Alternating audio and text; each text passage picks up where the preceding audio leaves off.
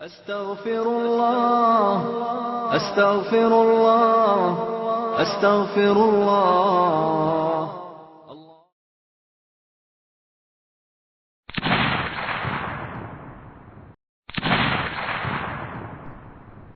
This would be a very, very nice picture to just fix in your mind, because it's an absolutely beautiful transition between the stomach on the right and the duodenum on the left.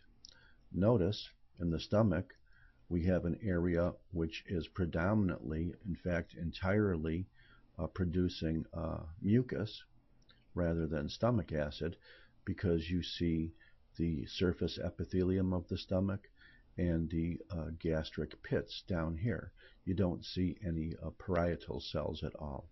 This is an area of the stomach that is producing only mucin. Notice that the smooth muscle wall is relatively thick, but when it gets into the transition zone, it becomes very, very thick.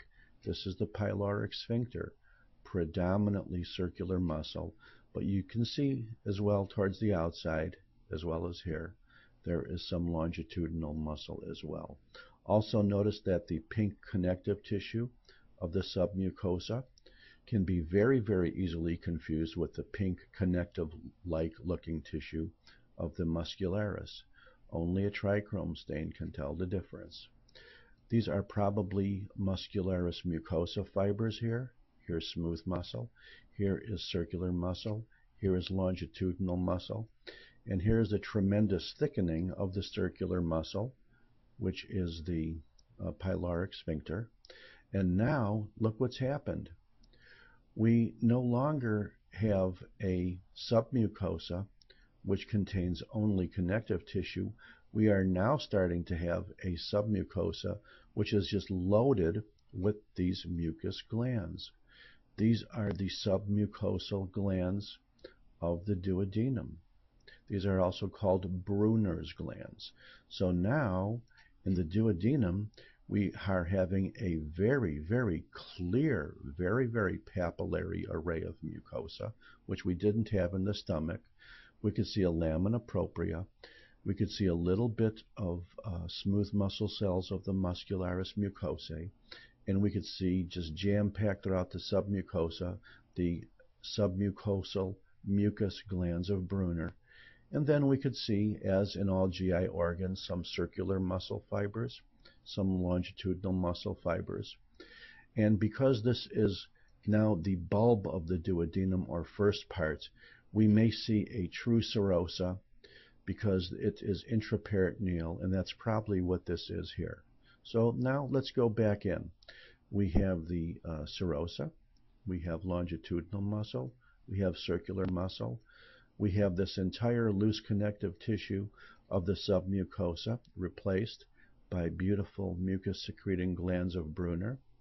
We have a muscularis mucosae, we have lamina propria, we have basal glands of the duodenum, we have more superficial papillary structures of the duodenum, which consist of chiefly absorptive cells, but every now and then, like here and here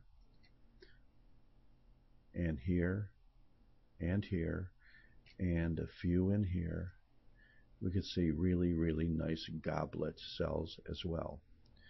Notice that in the lamina propria, you will have lymphatics like the lacteals we saw in the jejunum.